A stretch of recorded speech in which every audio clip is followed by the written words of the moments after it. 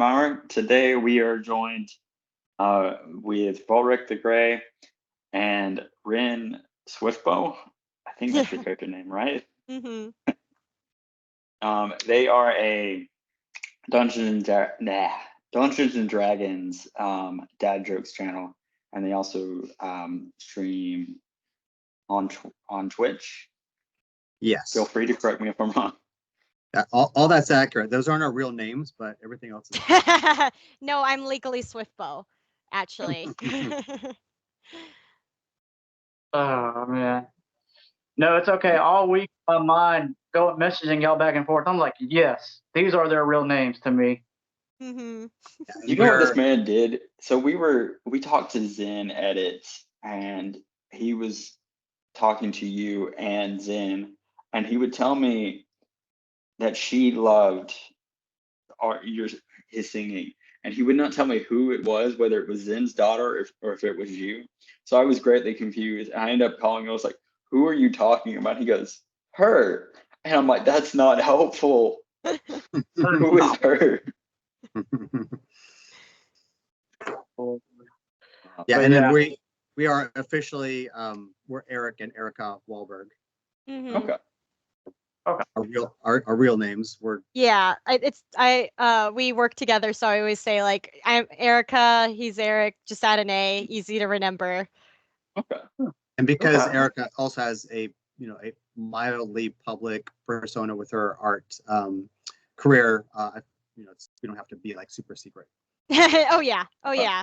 I'll get to gab about my thing too, but yeah, Erica Lumen Wahlberg is all my personal illustration, but we could talk about that later because it's not D&D related. You can actually plug that now if you want, because I know you do commission art. Okay, yeah. So on the TikTok, because we say the TikTok like it's a place. You talk like an old man. Yeah, on the TikTok. I'm Erica.Spoon there, and I drew our profile picture for Dad Jokes and Dragons, and I take character commissions. But recently I'm working with someone to draw their background, which we'll talk about later and how that relates to our channel. But yes, I'm taking commissions right now. I also did just graduate art school, and I'm doing all that fun post-grad 3 side hustles at the same time deal. But I am still available for commissions, and I would love to draw your D&D character. And that's it. Okay. But yeah, always glad to have you guys on the show with us today. We're extremely thankful, but we're just going to dive into some D&D questions for you guys. And the first question I'm going to ask is, which I feel like you kind of already answered just pre-recording, but how long have you guys been into D&D?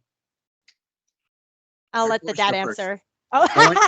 Why don't you go first because of your experience, and I can take the time machine and go back to mine. Yeah, so my first DM was shockingly my dad. I don't know if you know him.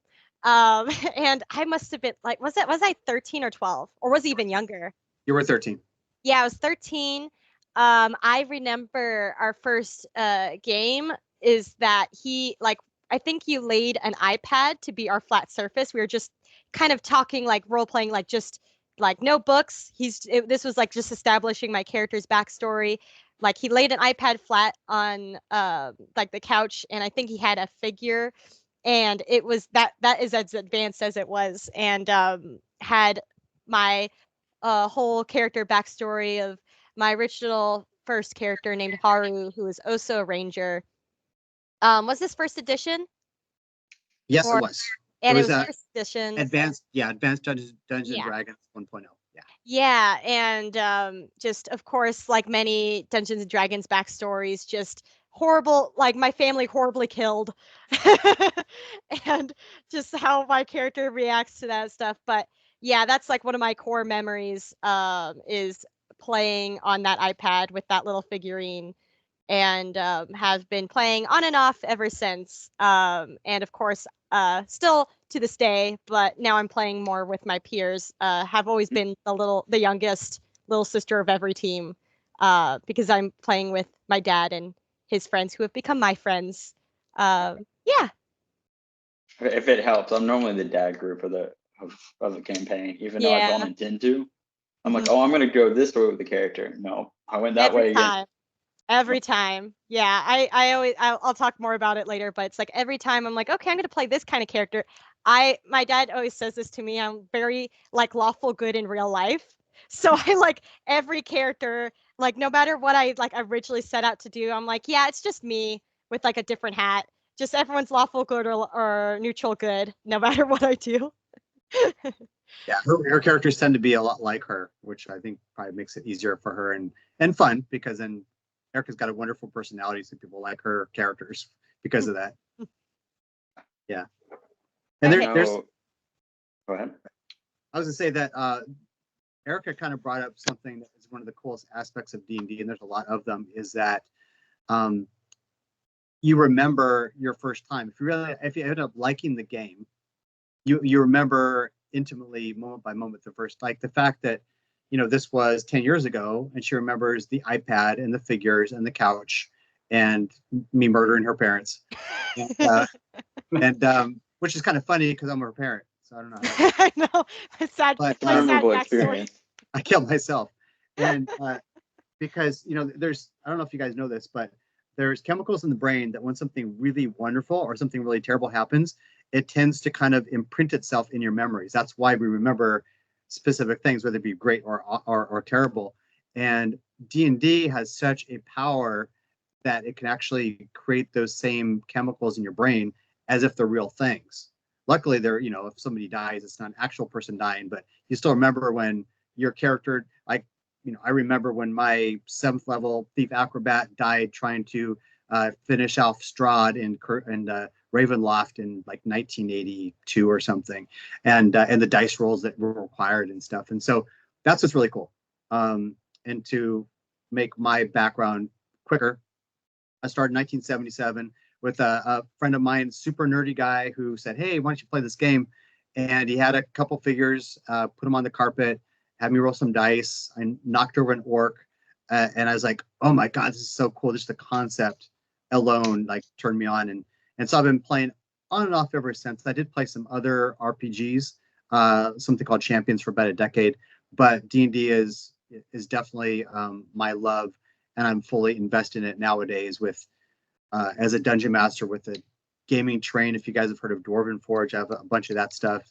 And then being lucky enough I've played with the son of the creator of Dungeons and Dragons and a lot of kind of luminaries for a variety of reasons.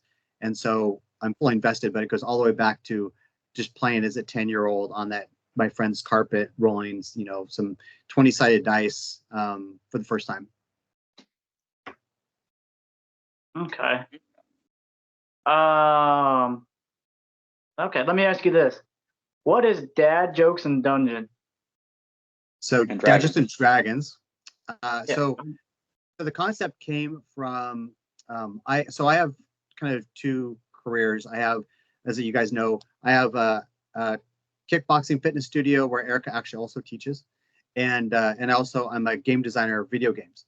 And I was in between gigs on my video games, and so I had some free time, and I was watching Facebook, and I saw a channel called, I think it's Doc Hawk, and it's these two guys sitting on these lawn chairs up in the mountains, and they do dad jokes back and forth. And very popular channel, like over 1 million people subscribed.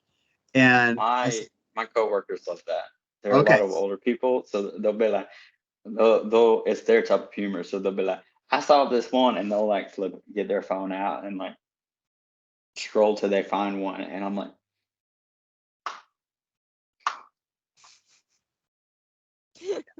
That needs to be one of my reactions for a video. yeah, they're definitely polarizing. I mean, I think the cool thing about puns is that you're going to get them whether you like them or not. What I mean is you're going to understand them, right? And some of them are maybe a little obscure, but generally you understand them. Then it comes down to, does that tickle you and make you laugh, or does it make you groan and you hate it, but you still react? And so it's not like you ignore it. Now, granted, you can stay away from channels like that, but anyway, so I was watching that and I said, you know what? Eric and I had already been doing this Twitch show for a while in our cosplay characters, and my character's kind of a punster in a way. He likes to kind of make jokes and make light of things. And I said, hey, Erica, I could write scripts for something that's puns, and I'll just kind of turn them into fantasy related / sometimes D&D specific jokes. And she said, sure. And so, again, long story short, costumes, knowing, a little bit about entertainment, and then having a friend who is a videographer, Erica, with her wonderful art, worked with her to create backgrounds, and just basically built it out and said, hey, you know what? Worst case is we'll have some kind of fun, awkward, cringy stuff that we can look at in the future and laugh at, or maybe people will like it. And it was May of last year when we first started, and we have about 8,500 followers and pretty active kind of community of people that respond and like. And so I think we're doing pretty well. Okay. I got a question for you. Would you say it's sort of like Spider-Man In what way? in the quippy humor? Oh, so it can be. So a lot of the jokes are kind of repurposed puns that have been around forever. For example, you can use a joke about an owlbear and a pun about a bear and make it for an owlbear, which of course are, a very famous D&D monster at this point. When, for example, Erica has where Rin says, Rin, do you want to play it? Do you remember, Erica, how you start out the owlbear joke, but the owlbear with one eye? Oh, that was is with wait, with no ear. Yeah, it's like oh man. Try and play it out. It's gonna hurt me to say it, even though I said it already. It was like, what do you call an owl bear with no ear? What do you call it?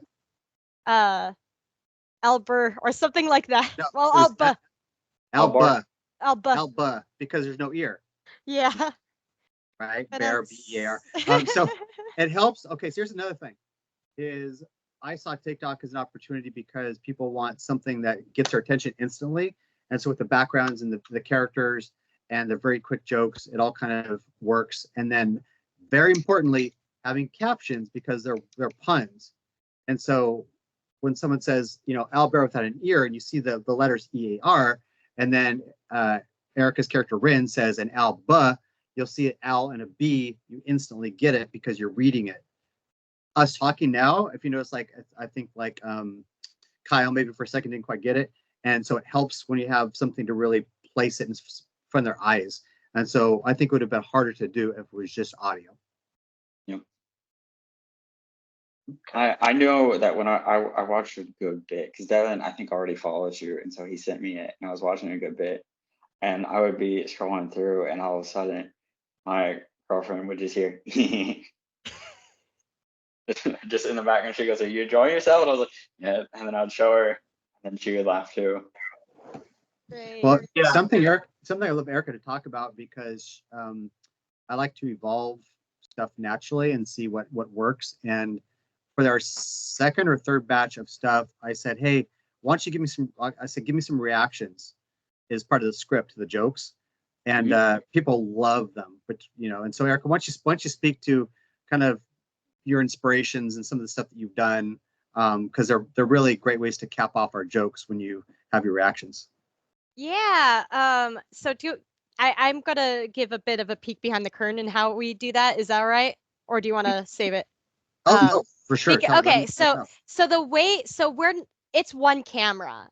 So when we're doing the jokes, we're taking turns. So it's actually quite funny because I'm looking at the script, but I'm like, I just have to imagine him saying it back. So a lot of the lines that I'm that I'm replying to, I'm on my own. Like I'm sort of just like reading the joke, and I definitely need to be a better actor and read more ahead of time. But a lot of times I'm finding out the punchline at the same time everyone else is. So I'm reading the script in the part where I'm having my reaction, and a lot of times I'm like, what? Like I'm like I'm learning what the punchline is at the same time as Rin is. So my dad will like also be behind the camera and go like, okay, like give a different reaction, or the script itself will say, do XYZ. I I consider myself a moderately funny person outside of TikTok, and I just have been. I think the last batch, I think it was more fun because I was sort of like comfortable now, so I was sort of pushing it. Like I really think it's the one that's I forgot which joke where I just fully walk off screen. So that, yeah, that's the Candace joke. Yeah, so I was just kind of pushing it more because although I have organically gotten a lot of theater friends over time, I didn't really participate in that in much of any of my school. Like I was Goldilocks in elementary school, and like that was the extent of my acting, right? It wasn't really until we started doing Dress to Quest that I'm obviously not on right now, except for um, Mr. Volrik here, that's playing on it. But it wasn't really until then where I'm like, okay, now I have to act in front of a screen and give reactions. So a lot of my quote unquote acting is this. It's like my D&D character. It's just kind of me with a different hat, or the hat being little ears I just put on to make mine pointier. Say was that so Eric and I have all kinds of conversations, and one of the things is anything you do is probably going to be something that can help you later on in life. And so, for example, I worked at a grocery store for 7 years, and that meant I worked with the public a lot. And that actually ended up helping me when I was doing presentations at video game companies, because I was just used to talking in front of people. And so in the case of this, with Erica, she was on Twitch with live people, and having to react in real time. And as she said, she had practice reacting to things. And that's a good point. I never thought about that, Erica, is why I think her reactions are so genuine, but also entertaining. And people always comment on that. That's also where in TikTok, when people call something out that they really enjoy. Oh, I feel the same way as Rin, when she's shaking her head or face palms or whatever. So yeah, that's kind of a fun little bit. Okay. Next question. Where have y'all bought your armor and weapons? Was it like run fairs or stuff? Erica, you can go first. Yeah, so luckily I have a D&D dad that just tells me, hey, send me links to stuff. And I think like the ears, I might have bought them in person because places like Hot Topic just sell elf ears, which is hilarious and awesome. But yeah, I might have grabbed a few of my own from there. But besides that, it's like Etsy. It's stealing any cosplay that my dad doesn't use anymore. And like sometimes it's just taking items that like the one of the blouses I wear is just like something I just already own, and just thinking of how I could make it work. But yeah, obviously big part of it is my hair, but that's also just this is just what I look like and have looked like for 2-ish years. But yeah, I'm trying to think of anything else. Oh, even including my bird Bert, which that he only shows up in a couple of the videos because it's hard to hold a little felt bird. I might have him tucked away somewhere that is not. Oh, he is here. Hold on. I could. Yeah, he's so. Flip him the bird, Erica. Wait, let me. Here's the bird. His name is Bert, and oh gosh, I'm so sorry to the wonderful Etsy artist. I do not remember the artist's name at this moment, but I bought him off of Etsy, which was like I didn't even custom order that he just already existed, which is awesome. But yeah, he's made out of felt, and his the little fun fact is so my first D&D character Haru, our group ended up coming across an injured owl bear. And I ended up befriending said owl bear and was part of the team for a while. And I named him Bert for whatever reason. I don't know why 13-year-old me thought Bert and Ernie, but so I carried that over to the current character that my bird familiar is also named Bert. But yeah, so from Etsy is an awesome place, including the chainmail, also from Etsy. And pretty much similar, a little more complicated on my side in that, I tried first of all thinking, okay, since we're doing a show, what matters, of course, is like chest up.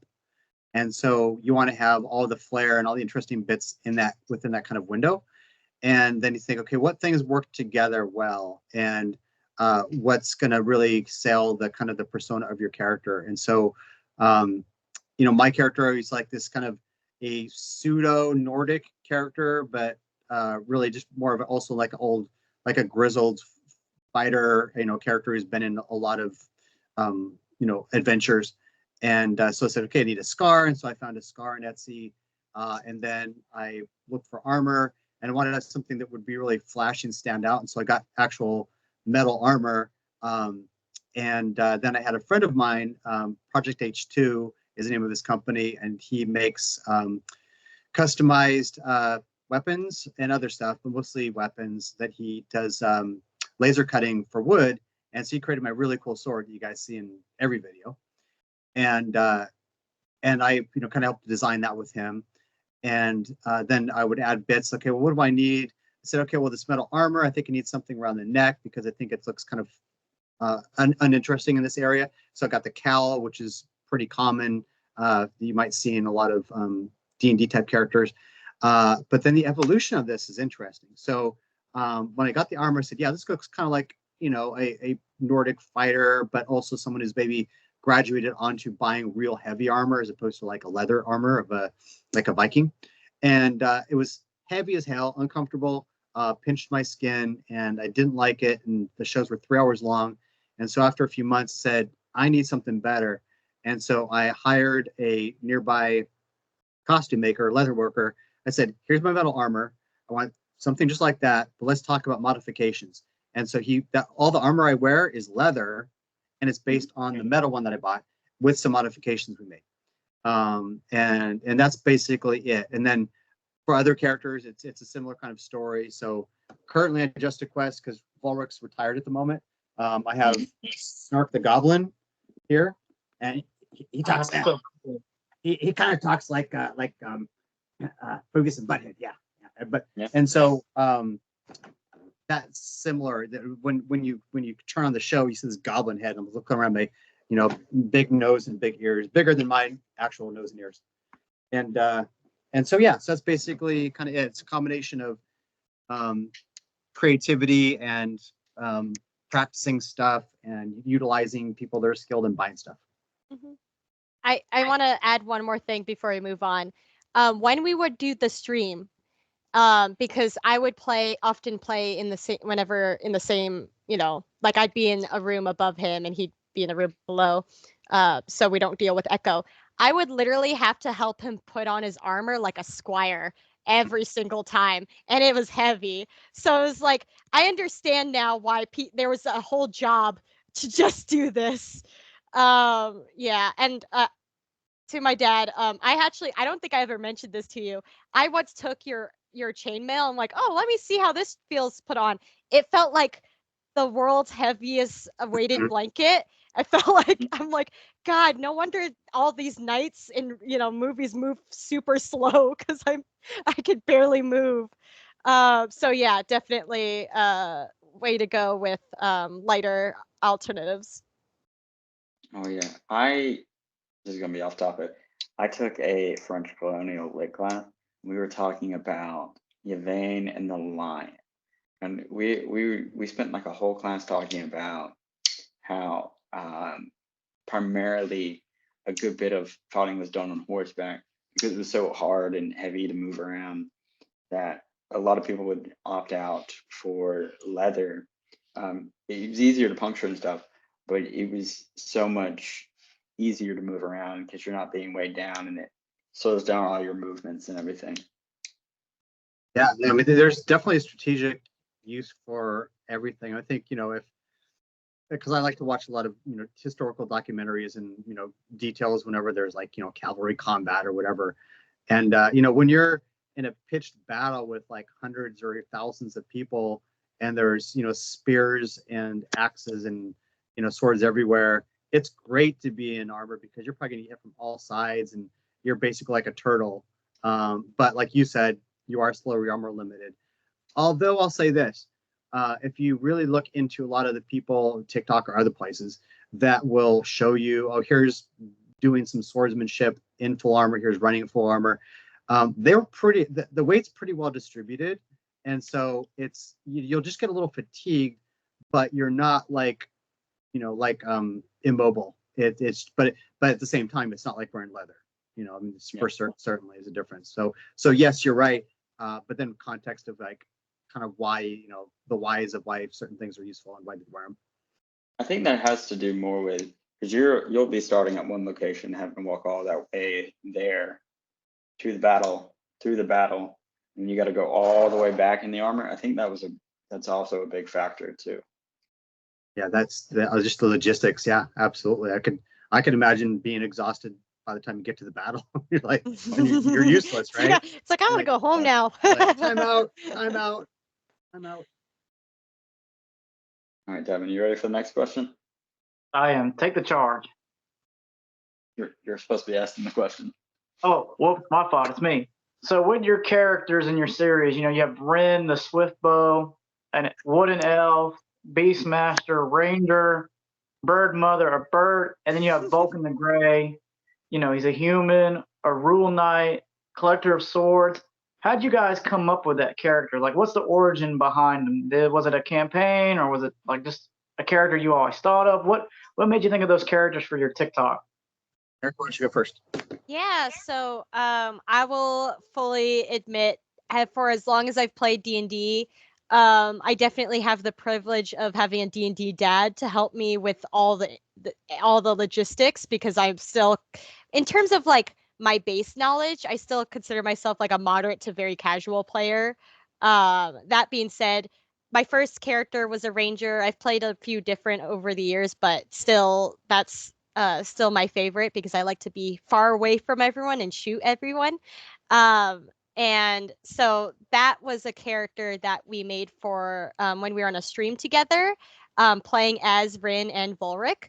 My character's background story was just a wood elf who was raised with, general understanding of the world outside of her hometown, and just wanted to follow in her mother's footsteps because she was also an adventurer.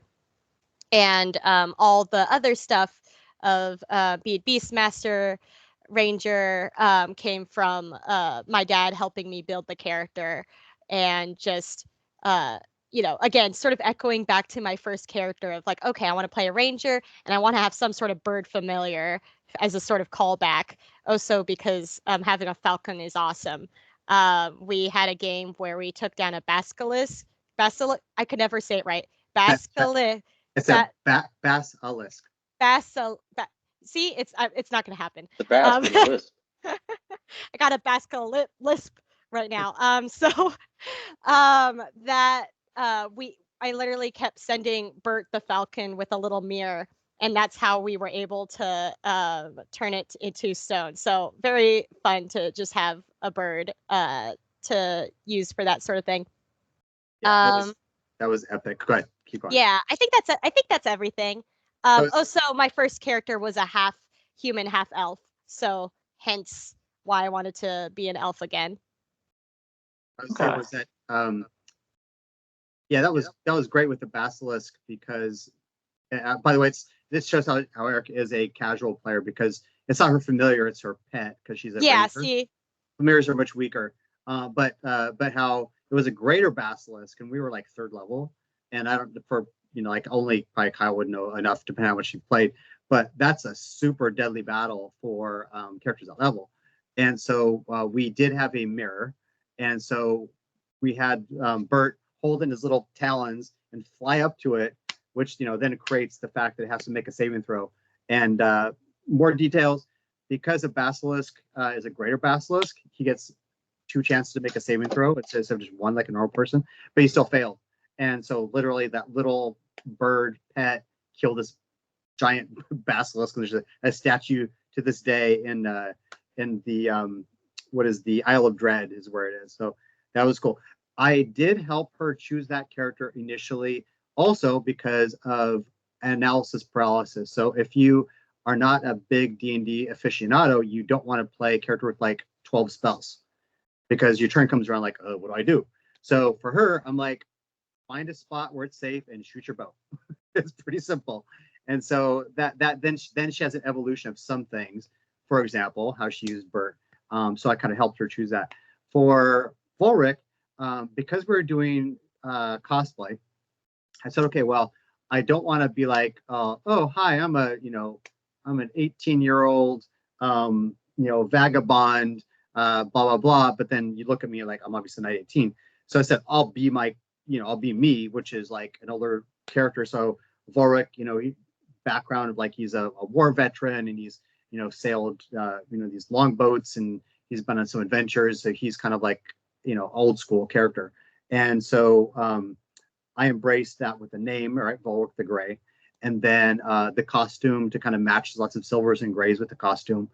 And then Rune Knight, because on the show, a Rune Knight, they're kind of Viking-like in some of their backgrounds, but also Rune Knight, one of the abilities they have is to grow to 9 feet tall. And when you're playing on a stream, and either whether we're using a virtual tabletop or when we first played, we used actual miniatures and a 3D terrain, the Dungeon Master would swap out a giant character. And so it was very entertaining for the viewers, right? And then he's also a multi-class bard, partially just because of the skills that you get with bard, and also my character is a bit of a battle poet. I stopped doing that though because the other players, I think, were kind of getting annoyed with like these little poems I was doing in the middle of combat. So I said, okay, I won't do that. But yeah, so that's and then I like to infuse a little bit of mirth with my character, a lot of joking, and a lot of the jokes that I use in the TikTok are ones that I've actually done live and had reactions to. I said, oh, everybody's laughing. I could use that for TikTok, right? So in a lot of ways, it's like a bit of a practice. And that's where Volrik came from. Okay. So the next question is very specific, and it may be more aimed towards you. What is your favorite bird? Is it falcons because of bird? Oh, I think, well, quite literally, it was just my dad showed me a list and I was like, that one. Okay. Yeah, I'm not all that big of like an owl person, an animal person. I've been biased because, oh gosh, I completely forgot about this. So I think if I were to choose any other one, it would have been an owl, but I'm like, I want to change it to be something a little bit different. So falcon. But this is, again, story of my first D&D character, Haru, that I used to have a little owl that was like always with my character. And this was like that first game playing on the iPad. I completely forgot about this. And Yeah, then and you were the DM. So this was your plot twist that you wrote. So I'll give my roundabout backstory of Haru, that the first game I played, I'm just like, okay, I'm this half elf, half human character living in the woods, secluded woods with her very old grandma and grandpa, right? My parents' origins kind of like vague. I have a pet owl. I've been taught to do archery for as long as I could remember. And then suddenly, was it vampires that came to attack? I can't remember if it was vampires. It was initially orcs. So of course slaughters my family, because of course that's how backstories work. And then I run to meet my other, the other character to help family friend Haru's family. Something you missed though, unless you haven't mentioned I was about to mention it. Okay. Oh yeah, sorry. Oh yeah, I was fatally shot. Yeah, so that was, so I had a lot of reveals. So as a DM, I like to have a lot of both short and long-term surprises. And so the first one was she's basically a vampire, and that she gets hit. Can I? Yeah. Yeah. So go ahead and you can. So I was fatally shot. All that fun stuff. And then obviously it's like, well, I'm not dead. Why am I not dead? Find out that I'm not a vampire, and then of course, I think it's my quote unquote grandfather character who I believe is my grandfather at this point, reveals this information as he's dying, right? And that's the reason why I survived when being fatally shot, is because I'm actually a vampire. I was turned a very long time ago, and that my grandfather is not in fact my grandfather, but is my father, and that my grandmother was actually my aunt. And they have been giving me medicine to make me a little bit unaware of how long time has been passing. And essentially, now they were trying to give me as normal of a life as possible, but obviously something is up and I need to move on. And the double plot twist later on, that why I mentioned that owl, is I can't even remember why. So that owl, She was turns out, cursed. Yeah. that she was cursed, is actually my sister that I didn't know I had. So, and then the whole reason why is because it used to be just my two adventurer parents, human and elf, that were attacked by vampires. My mother, they believed my mother to be killed, but she was actually turned, and then also turned evil. And then my sister was an owl, and then we wouldn't find out until later on. So I can't say Bert is secretly my sister cursed to be a falcon. That would be a hilarious backstory again, to just do it again. But yeah, that's the little story that does not at all answer anything about birds, because I have no bird knowledge. That's okay. I have a background in ecology, which is why I asked. But Is there that any? is Yeah. that is some good storytelling. It is. Yeah. We've had a lot of fun. So because I've been running games for forever, and that's one of the reasons why I became a game designer, really, is because you kind of get those creative juices flowing at a young age, and that part of your brain starts to get stimulated, and it's like exercise. And so I had a slow reveal of that. And so there was a part where they're in some dungeon, and there was a mirror. When you step in front of it, it shows you some things about you that you don't know. And a lot of these were like, kind of like, oh, I know about my, I don't remember the other people's reveals, but none of them were like, they're kind of expected. But then when Rin, her character, or actually Haru, her character at the time, went for the mirror, instead of the owl on her shoulder, she saw a girl standing behind her. Mm-hmm. And she's like, what's that? Right. And she like looks, and she's not there. And that was where the first hint. And then later on, the curse was lifted, and then as her sister, reunited and became part of the party. Okay. Evan, are you ready for the next question? I am. Hey, Eric, I'm sorry. I asked you this off camera. I got too excited because I wanted the answer. But do you film the TikToks in a Taekwondo studio? Yeah. So it's in that kickboxing studio. So I have a business in San Carlos, California, for the maybe one person who lives in that area that might listen to the podcast, because I know this goes everywhere. And it's called Impact Kickboxing Fitness. It's been around for 11 years.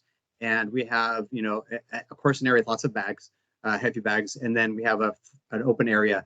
And that is where we bring out a green screen. And my buddy is a videographer, Jose Vela, films us on the green screen.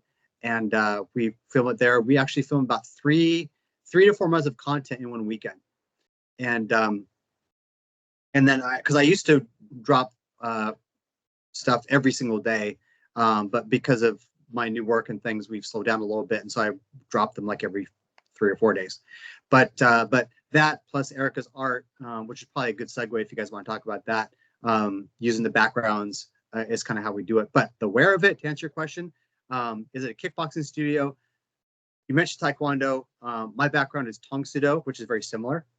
And Erica started in sorry, it was in Kempo karate, right, Erica? I did judo, then Kempo, and now I do just kickboxing.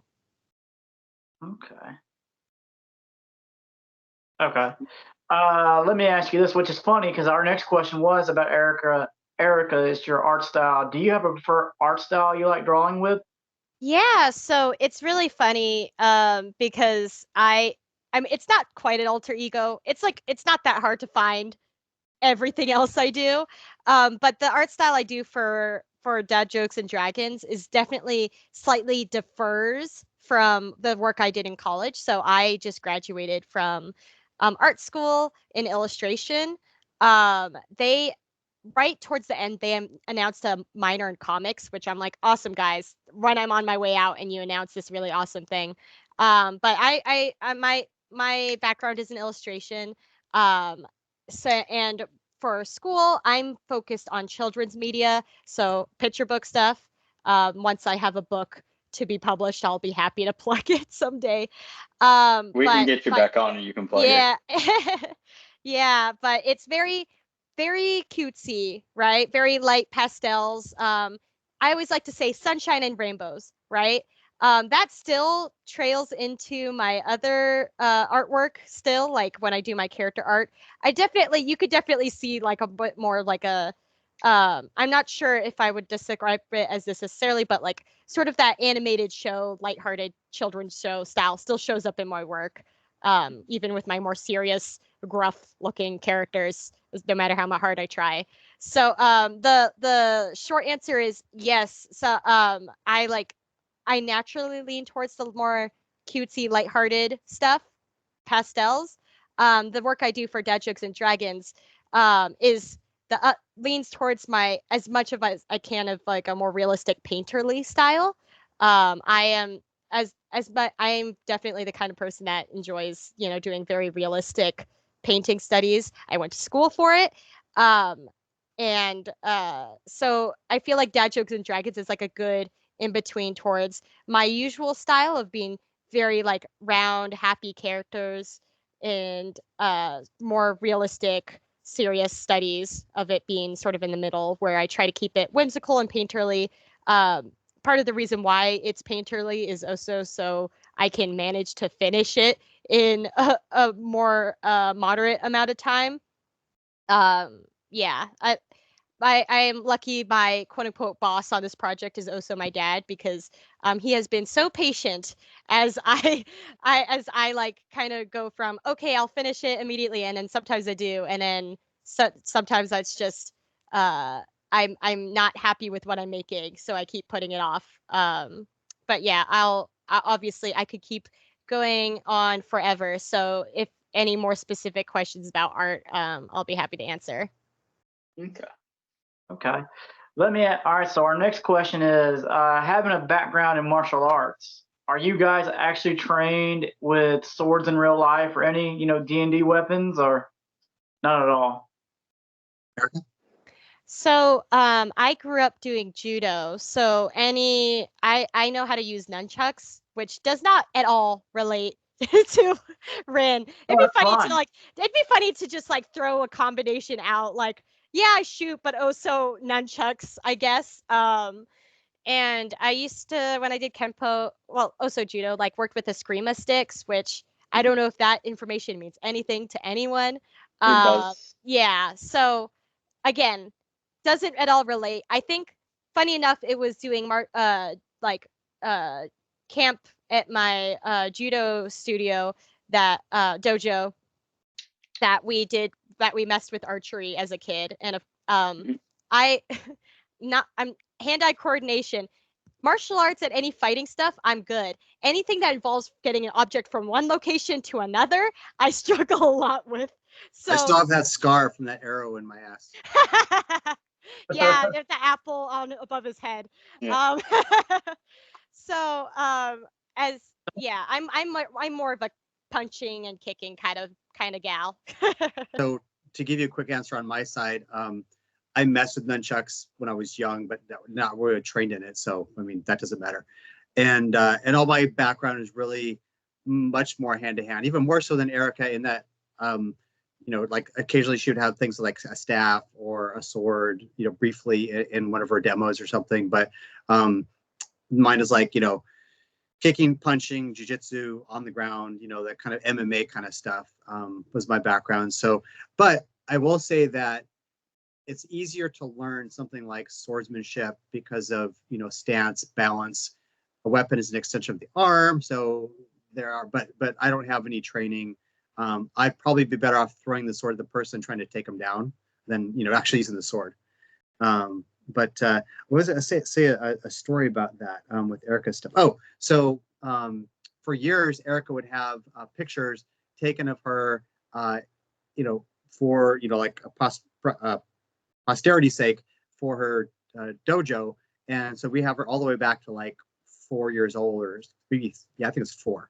And I think one of the first ones she chose this enormous sword. And it's this awesome picture that I wish, we had to share. Yeah. But it's super cute because she's this cute little girl in this little gi and probably like maybe a yellow belt. And then she had this enormous sword with 2 hands she was holding. It's like as tall as she is. So that's that kind of maybe a precursor of things to come. I have it. It's going to be that silly thing where I'm showing something on my phone on a camera. So I don't know how well this is going to look. But I have, let me change the background. Yeah, the blur thing may change come into a background conflict. and off. So you could fully see all my stuffed animals now. But this is the picture, because I started when I was like, still like coming out of diapers or potty training or something like that. But yeah, for those photo shoot days, they had all the weapons laid out. So this is my choice. No one put the sword in my hand. And then of course, like I think I'm around maybe 10 years old with the same sword. Yes. All right, that's my trip down memory lane. And we also, I can show you this too. I don't know if this will show up. Oh, Oh, that's cool. Yeah, we can see Yeah. it. Oh, that's pretty neat. we Yeah, so and very we much have been doing things together forever. Yeah, and we actually have several where, like, there's one I'm actually looking at right now because I'm in Erica's room because she has some time at her mom's place and sometimes here. And there's a picture of me. I'm doing a flying sidekick, and she has nunchucks. Actually, she's posed underneath me. We have many that we did. I think maybe 5 probably over the years in tandem. So yeah, we've definitely been a duo for quite a while. Okay. What D&D classes and races would you say you are in real life? I mean, I think I actually want you to answer this one first, if that's all right. Yeah. So I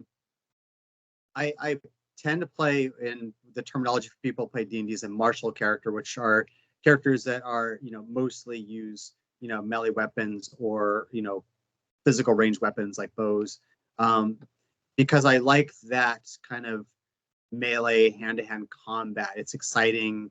You can really act it out. You can be aggressively, you can kick someone to the ground. You can do these things that are less like flowery, of like waving your hands and these missiles shoot out or something, right? So I would say I'm pretty much Volrik, except that in real life, I'm more of a monk because of like the martial arts stuff. But yeah, like human monk or human fighter is probably what I'm most like. And I would say something like a rune knight that's a little bit off center. So because a fighter is just like like a dude, right? So I like to have something with a little bit of flair to it. So I think Volrik's pretty close to what I would be as a real person. Yeah, and as for personality wise, Rin is just kind of me, as we've talked about. But in terms of class and race, as much as I would like to say I'm an elf, and I think as a kid I had an instinct to choose half human and half elf. For one thing, the concept of choosing two seemed very interesting to me, but also I'm biracial. I'm half Filipino and half white, so it's like that was like a little nod to myself. But I'm probably just a human. Um, it'd be funny if I said I was an orc, but I'm like, no, I'm probably just a human. And yeah, because I think I'm more interested in getting to know the wider world as it is, and probably, as much as I want to say ranger or fighter, probably monk as well. I feel like if I were in that universe, I feel like, not to speak myself up, because obviously I don't work at a dojo. I don't train at a dojo anymore, but I definitely have a bias that the discipline and of all of that I grew up with. I feel like that's very vital, important life skills. And I feel like if I were in that universe, I'd probably resonate with doing something like that, where it's very connected to your identity of fighting and discipline and all that stuff. And also, I'm better at kicking than and using any any weapons that involves pulling back an arrow. Nice. So let me ask you guys this. Do you guys have any interesting stories from any D&D campaign you have done, which I feel like we kind of been going back and forth. You guys have been saying so many interesting stories already, but do you have just a number one, anytime somebody asks you about D&D, this is your top story? I got one, yeah. So I was running a game. I worked at a company called Gazillion for a while. They worked on a Marvel MMO called Marvel Heroes. And no way, that was, you worked there? Are you a part of them? Yeah, I did. I was a content designer there. Nice. Okay, yeah. Sorry, I got excited. Yeah, cool. Yeah. So I mean, I've worked with some pretty cool companies and games over the years. But so that company, it was very friendly environment. Like I really liked my coworkers a lot. And so after I was there for a little while, as people were interested, I said, hey, I live 5 minutes away, so I can pack up some of my Dwarven Forge, that terrain, and we can play D&D at lunchtime. And so we had an adventure that they were playing, their first adventure, and they were going through this dungeon where their goal is basically just to escape, to get out of it. And so at one point these guys were all low level, like first or second level, and there was a huge black dragon asleep on a pile of treasure in the middle of this big room, and there was problems, puzzles to solve that were kind of connected to that room. So they would have to kind of quietly traverse the room and then go to another room and do something, then come back through it. And the whole goal was for them to solve the problem and not wake the dragon, right? However, as a DM, you want to keep things wide open for them. And so there was a lot of treasure there. It was sitting on a bunch of treasure. And so one of the players, this girlfriend, not a girlfriend, but a girl who's a friend named Ivy, playing a thief character, she was role playing pretty well. So she says, hey, what kind of treasure does a dragon have, right? And then people kind of look at her and like, why are you asking him that, right? And then I said, oh, this and that, and looks like there's this really nice necklace that might be pretty easy to pluck, right? Now I said, you could wake the dragon. And so they're doing some stuff. She goes, I'm gonna get the necklace, right? So what I had preset was because again, as a game designer in real life, and then when you DM, if you can anticipate some of the core things people will do, you can have a better kind of story to tell. So I had 7 cards, and 4 of the cards said dragon sleeps. So that basically, if you draw it, that means nothing happens. 2 of them says dragon stirs, pick another card. So it's kind of like a neutral card. And then the 7th one says dragon wakes up. So I didn't really say what the cards were, but I said, pull a card out. She pulled it out, said dragon's awake. Dragon's sleeping. And everyone's like, oh, okay, good. Don't do that again, Ivy, right? And so they're trying to solve the puzzle. They're sneaking around. And then she says, is there anything else? And they're like, what are you doing? And I said, well, there's this ring, and it has a bit of a glow to it. It might even be magical. But again, you might wake the dragon. So, of course, first time she's played the game, maybe repercussions is not obvious to her. So she says, I get it, right? So she goes to reach for it. I say, pull a card out. It says, dragon stirs. Pull again. She pull another one. It says, dragon wakes up. So over the next couple rounds, the dragon woke up, breathed acid, almost killed one character. He's basically bleeding to death. Another one's about to get killed. And all hell is broken loose. And there's no way they're going to survive, right? And so everyone's freaking out. And when it gets to her turn, Ivy, she has this ring. She's like, the player is petrified because she just realized she may have just killed everybody, right? And so she goes, well, what does the ring do? So I showed her the Dungeon Master's Guide, which has the magic item in it. And I said, let me know if you want to use it. And so I closed the book and I put it down. And then she says, yes, I'll use it right now. So I said, okay, tell them what you do. So she says, I put the ring on and I say, I wish I never took the treasure because there was a ring of one wish. And so in a matter of a moment, everything was reversed. She was about to reach for the ring, but didn't because it stopped. And that was like the big moment where everyone was furious that they're about to die, terrified they're about to die. But then, hey guys, don't worry, it didn't happen. So that's the story I love to tell because it really happened. And everybody just had this amazing reaction. We still talk about it to this day.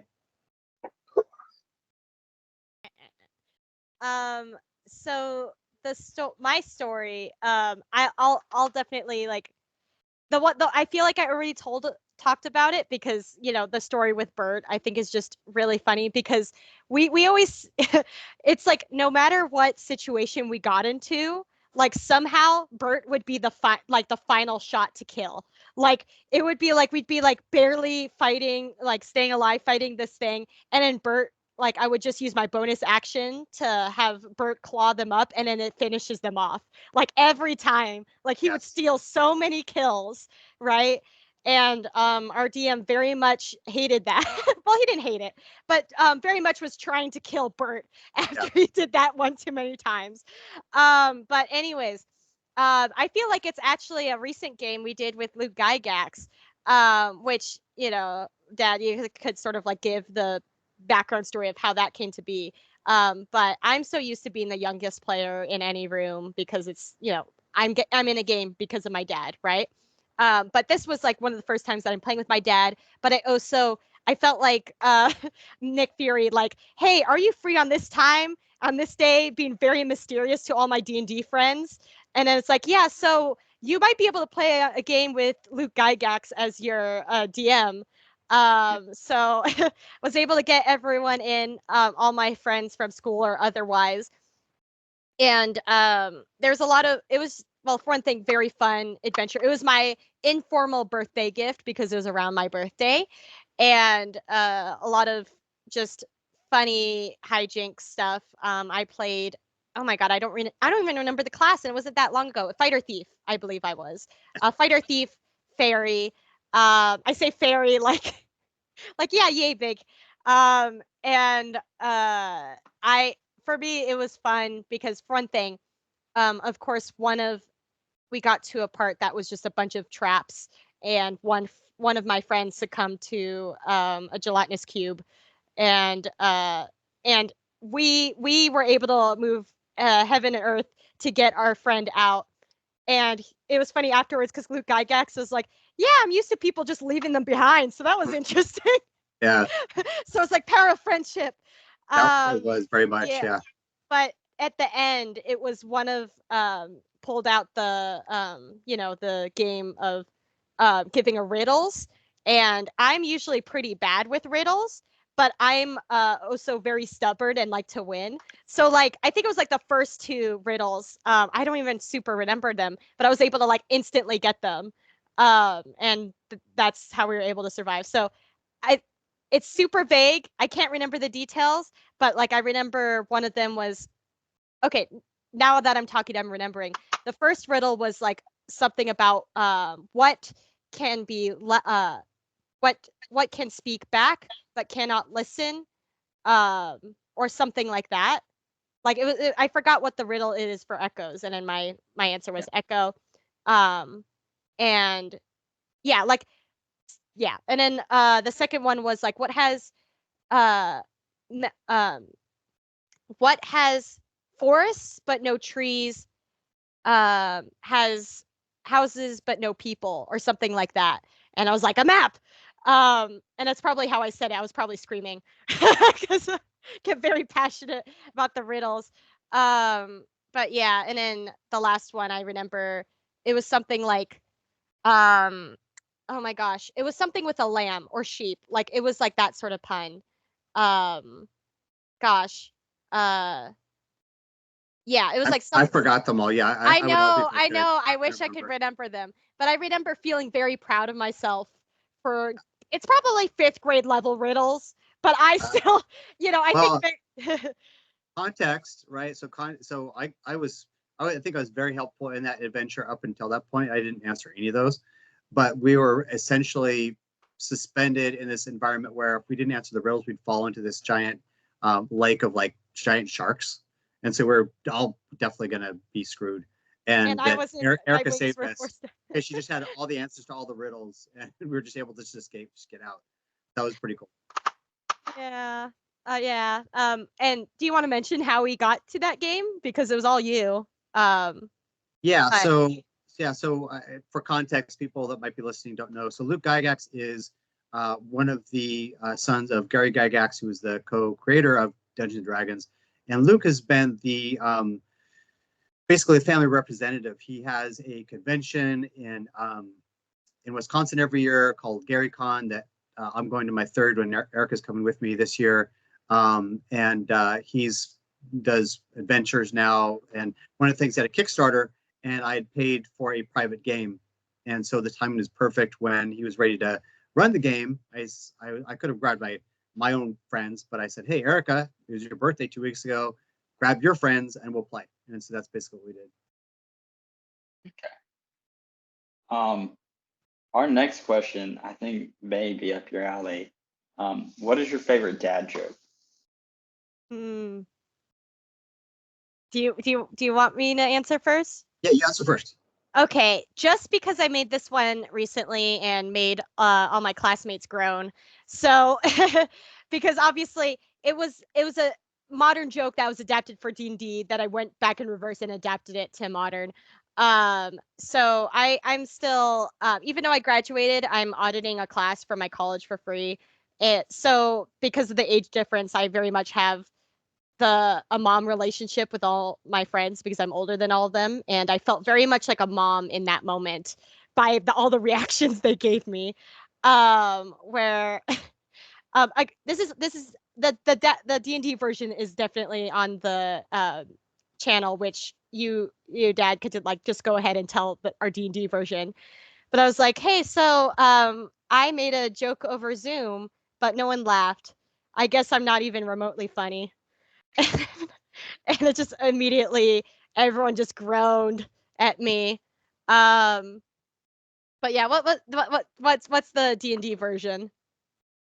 The D&D. So there's something in Dungeons and Dragons called a sending stone, which is basically it's almost like a walkie-talkie, in a way where you can send messages from one stone to the other. And I said that, I sent a joke through a sending stone, but nobody laughed. Was it remotely funny? So same concept. That's where a lot of the jokes come from. Again, is that I've created probably 25% are just originals that I've written, but a lot of them are kind of rejiggered, repurposed puns that I made fit D&D. And to answer your question, it's kind of tricky. So I have a few favorites. I think the ones that everybody can get are kind of a favorite because I can tell it to anybody and they'll kind of laugh. But then also the ones that are highly D&D specific, when I think they hit and they're original, I think people also really enjoy and are proud of them. And so I'll stick with the one that's the most generic. It's the one that has by far the most views. We have 60,000 views and probably 1,000 likes or 1,200 likes or something. And so the one thing is the person needs to know what an orc is. You guys are movie watchers. You guys have seen Lord of the Rings. You know what an orc is, right? Yep. Okay. Mm-hmm. And yeah, and one or both of you guys have probably even seen this joke. But the one I love is that, Erica says, knock, knock. I go, who's there? She says, orc. I say, orc who? And then we go back and forth with the shots of her just kind of looking at me and then me looking back at her and she's looking at me and I go like this, like what? And she says, awkward silence. So that's probably my favorite because it's very simple and you get it and you're setting it up, right? Because you have this pause and the other person's like, oh, what's going on? But they don't say anything because it's awkward silence. But yeah, I think, I'm proud of most of them. I get surprised sometimes in the ones I think are not that great and people just go crazy and they love them. So sometimes you just want to try everything and then as long as people entertain, then it's a win. Okay. Well, yeah, we feel that. That's how we are with our content. We're like, oh man, this will hit. All of a sudden, it won't hit, and it's like, I'll give you an example. like I promote our show through my personal TikTok. It's funny. My wife goes, Devin, why don't you do a TikTok page for the podcast? I'm like, we already do. I said, I already run the Twitter. We just started up Instagram. I said, I can't run a third account. I'll just run it through my personal. What drives me crazy is I just did one with our logo, our older logo, not our current one. And it was like with the Pain of Birmingham song. And that one just took off. And we don't even do country music content. Hardly ever. And it's like, well, I'll be. So Yeah. I see that. Yeah, and that can be useful too. It's informative, right? Because you may be like, oh, well, maybe we need to do more of this or that, or a lot of our audience must be, interested in this one thing, and so you can lean into that a bit. And I've certainly done that by the ways people react to certain jokes. Some of these things that you might kind of assume. So what we're doing is different than what you're doing. And so in the case of what I'm doing is that if you have a clever joke, it's really easy to be too clever, right? You have this great setup and like, they kind of look at you or they look at the, it's the ones that a lot of times are super simple that are just like, LOLs up and down in the comment section, right? So what I found is that the simplest, most direct jokes are quite often the most popular. But then also, if you're not too crafty, if you're not too clever, people will enjoy it. But yeah, I guess to go back to what you said, to what you're saying is that, it's always these learnings. Like, it's cool when you do stuff like this. And if it's not, even if it is for a living, if it's not for a living, it's fun because you can constantly evolve and learn and change. And so for you guys, you probably learned something with that. Oh, we do. I do every time I make a thirst trap. If you go on my personal TikTok, Kyle will message me. He's like, you got to stop making thirst trap of our logos. Never. I will never stop. Thirst traps work. That's awesome, guys.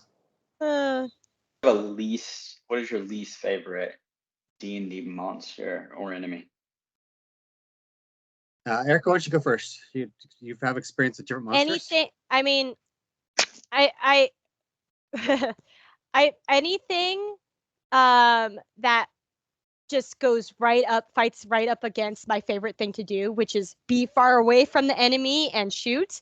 So any giant creature that is incredibly fast and restrains, and that's their main, their main attack, which applies to so many. But my mind goes to I can't remember what location it was, but it was it like a squid monster? Like, it was some water-based one with like tentacles that like just kept restraining and drowning us, right?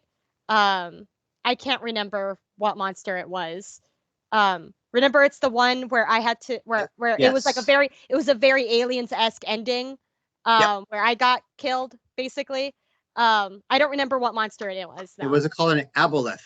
So an aboleth is like an enormous like underwater leviathan thing with a bunch of like tentacles and stuff. Yeah, I mean, I dislike in terms of as the player, but like obviously find them all cool and interesting. And whenever we used to play in person and my dad would every now and then come home with new figures, I'd be like, oh, this looks awesome. I'm terrified for the next game. So that means you're going to use them. Yeah, I have some really cool, nasty looking miniatures. So I have two, one from 5th edition, one from 1st edition. So 5th edition, anything that can kind of paralyze you with fear or make you run away or otherwise kind of use like some kind of mental attack that makes you kind of useless, confusion or whatever. Because it kind of sucks because as your turns go by, you're either just trying to make saving throws or you're running away or something. And generally the characters I play aren't really great at those saving throws. So there's those. And then for 1st edition, definitely by far is anything that would drain levels. And so in 5th edition, they don't have that, but there's a few creatures from vampires to wights to wraiths. And essentially when they hit you, they automatically knock off 1 or 2 levels. And so let's say you're a 5th level fighter, you get hit by a wraith, boom, you're now a 3rd level fighter. You lose hit points because it's attack, but then you lose hit points that you would have for 2 levels of your character. And now you're as effective as a 3rd level fighter. So your chance to hit, any abilities you would have. And then if you get hit again, then your first level, and you're still fighting a wraith, right? And then the even nastier thing is with all these creatures, vampires, wraiths, and whites, and there's a couple other ones. When they would knock you to 0 level, you then become one of them. And so you die and you become a wraith or you become a vampire, really a vampire spawn. So, but at the same time, because it's not real life, they're super fun. Like it sucks, but it's exciting because they're terrifying. Okay. Our next question. Did you have any specific set of dice for Ren or Volrik? Yeah, I just have like this. I mean, I actually can go ahead and grab it maybe when my dad's answering. This tiny one set that fits like a keychain that I'm pretty sure, I don't know which D&D convention you came home with it as a gift for me, but it's these really itty bitty tiny dice. That's the one I use. But like when we play like previously online, it's just using Roll20. So I had not had the privilege to roll real dice in a very long time. But if I'm to answer that question, that's what my mind goes to. And while my dad answers, I'm just gonna go ahead and grab it to show and tell. Okay. Yeah. So because I'm almost always dungeon master, because of COVID, I started becoming a player all the time. So I went from being a dungeon master almost all the time to now being a player almost all the time. When I was a dungeon master, I just have a bunch of dice. I had some favorite ones because I thought they're kind of cool looking, but because I had just like stacks of dice, and I would usually just be something like a cool black shiny with like a light colored lettering, like light blue or yellow. But sometimes you're rolling a bunch of dice, you just grab whatever you have. Mm-hmm. And then as Eric was saying, because I still haven't played in person since the pandemic, we still play on Zoom, and so we use virtual tabletop, which has their own kind of dice roll. So you're just clicking a button. Mm-hmm. And I found it. It's Elderwood Academy. So I believe that's probably because it's all woodcut, or laser cut. I mean, I could be wrong, but I'm looking at it. I'm assuming this is laser cut. But it has the little thing, so you could add it to your keys, and it's magnet, and it pops open. And teeny tiny dice fit That's inside. Nice. So on the go, you could be ready to play at any moment. All right. You hear that, Kyle? She's loaded. Absolutely. What is your favorite prop that y'all have had? Am I answering first? I feel like obviously, quote unquote, obviously, Bert. Just because it's so funny. Like I've tried, since we're doing a stream that goes on for hours, it's like, how do I hold this or attach this to myself?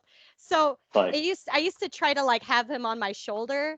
Well, front thing it's blurring right now, but have him on my shoulder, but like inevitably he fall over, which is why that one funny TikTok where I did the showing my cosplay, he immediately falls over. But a lot of times it'd be funny, like Baby Bjorn, where I just have him strapped to my chest during the stream. So I say that as my favorite because it feels like I have like a little character like prop with me. Yeah, just so of course the little cute animal that I is when I think of props, that's my favorite one. Yeah, I think probably for me, although it much better in person, because I the Gary Con last year, I won the best original costume for. I was Volrik, basically. I was Volrik, and the sword. The sword is great in TikTok and in person, because you're playing this little square. So much of the sword is you have to like hold it up here to show the hilt, or kind of this way to show the tip of it. But still the sword, because it glows, and it's got a very intricate design, and it's custom made. So probably the sword. Okay. On your encounter so far, what would you say would be based on your encounter so far, what would you say we would be as D&D characters? I feel like Devin would either be a bard or a rogue, because you're very conversational, and you're in that I could see you trying to manipulate a conversation or find a way to convince someone to side with you or to give up information, and that's what like a bard and a rogue would be really good at. And then Kyle, let's see, I feel like I mean I want to say when I say barbarian, I don't mean like literally like a barbarian, but I feel like you're a little more. And granted, you're a regular person, but you're a little more, as per your podcast, a little more random. So I can see you just kind of like suddenly, grabbing a flask in a bar and smashing over some guy's head because something he said when it wasn't quite ready for like a combat, and like kind of making things happen because you have this like energy of doing random things. So that's what I felt. Barbarian and bard or Okay. I'll take it. It's funny because Kyle always thinks he's Kyle, didn't you identify as a wizard for a lot of your campaigns? And a lot of people say you're more of a wizard. I actually play more as druids and rangers. a druid makes sense because of your background. I didn't even think about that. Yep, druid would have made more sense. They don't have football coach character classes in. Oh, they It's a will if I homebrew. ever play. Someone hand me a whistle. What's your stat? Charisma, 20. Strength, 5. Weakness, Subway. So I love the idea of a bard that's also a football coach, because that's like maybe that's how you motivate the team, is that Yeah. you give them a song and they all feel emboldened and got an extra role if they need it. I don't know about song, more about harsh motivation. Especially as like a paladin as well, because they're leaders, right? And so there's that element. I didn't think about both of your backgrounds. I think more your personalities, but I think if you bring in your backgrounds, then it adds some other opportunities for character classes. It would make sense. Yeah, cool. Okay. Let's see. This is more of a funny question. This is more about your character, okay? How many doors has Bogart kicked down? Give us a remember rough estimate. Yeah, just a rough estimate. I'm gonna say I probably have about 40 jokes that have me kicking doors down. Yeah, because one of my other favorite jokes, it makes reference to that, right? So I have I'll do it. So stop me if you guys have heard it, and if one of you guys haven't heard it, then I'll say it anyway. Okay, so knock knock. Who's there? Who's there? Candace. Candace who? Okay, have you guys both heard this one already? I don't think I have. I I'm went gonna very far back in your TikToks, but I did not watch them all. Yeah. So then I'll start again because I lost my momentum, obviously. Okay, so Do you want me to say it so you could you're let's play act it, yeah. Oh my God, it's real life written. No. Go. Knock knock. Who's there? Candace. Candace who?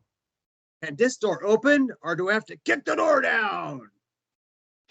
That is the one where Erica actually physically turned and walked off screen saying nope. And that's one of my favorite. That's one of my other favorite ones, because it's like a nod to all of our followers that have watched all those jokes, that they're like, okay, he snuck in that reference, right? Yeah, so probably like 40. All right, we got one last question, and it's for both of your characters. What is in your character's pocket right now? Ooh. I think if I'm thinking truly honestly, for Rin, probably loose bird seeds and maybe a friendship bracelet. Okay. Probably some crumbs of Rin's lamba spread that I took from her and ate. Oh my God, I forgot that joke. Which is another joke we have too, by the way. Okay. Well, actually, let's do that one real quick, since it probably sounds like we're almost done. So we'll give you guys one more, and so you guys can regret doing this one. So, Erica, I don't know if you start, because you have to actually say a couple of things, but you start first. Yeah, I definitely forgot all of most of it, but it was something like what did I ask it by name, or did I Yes. say, or okay, it's like, oh, have you seen my lambast, right? Yeah, so I'll do it for you. Yeah, because yeah, you yeah. probably forget something. All right, yeah. So- It's like, did you like, have you seen, like, I'm looking through my bag, and it was like, oh, have you seen my lambast bread? Right, and so so she says, "Have you seen my lambast bread?" And I say, "I ate it." And then she, oh no, she says, "Did you eat all the lambast bread in my pack?" Is what she said. And I say, did, but no, but sorry, he perked up. He perked up. He was like, he ate what? He's perking up. He's like, Are we saying the You heard bread. keywords? oh, bread, the word bread. So she says, "Volrik, did you eat all the lambast bread that was in my pack?" And I go, "No." I say, "I ate it by the lake. I can't fit in your pack." Right. Mhm. So And I Those are probably lambast roll my eyes, like. so that's why I have crumbs of lambast bread. We're getting some. This is the really deep lore. Not your son that had passed away. That's a really sad backstory. It's the bread. That's the important lore. Yes. Yeah. The TikTok Volrik has had a much lighter life experience has a nice, less sad. than the Twitch one. Yeah, for sure. Okay. I think we're done on questions. So, do you have anything you would like to link? So just Erica can do hers again for her probably two channels, or maybe just one. Obviously, for anybody interested in our bad jokes you've been listening to, at Dead Jokes and Dragons, and we're primarily on TikTok. I do a pretty good job of also posting on our Instagram, so same name, and then and also on Facebook. I do have a YouTube channel, but I haven't populated it yet. But someday I'll probably start doing that as well. Yeah, and for TikTok, I'm Erica with a K .spoon, and I have been historically really bad at posting, but I'm gonna start posting more speed paint soon.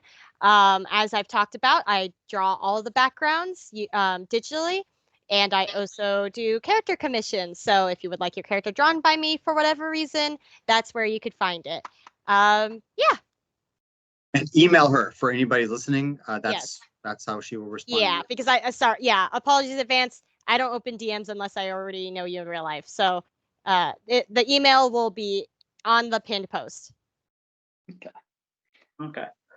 Well, hey, and talk about our social media. Hey, don't forget to subscribe to our other two shows. The More Sports, which is my sports show, which it's not your typical sports show. I have episodes like, of course, which we mentioned off camera. Death Trap rides again. R.I.P. to the greatest car in the world. And hey, don't forget to check out Random Hour as well. We got great episodes of just like we did episodes like, oh, what type of frogger I am. And don't forget, we also got coming up soon our One Piece theories. And hey, on a nice Sunday day, if you're bored, sit back, watch a movie with us with popcorn buckets.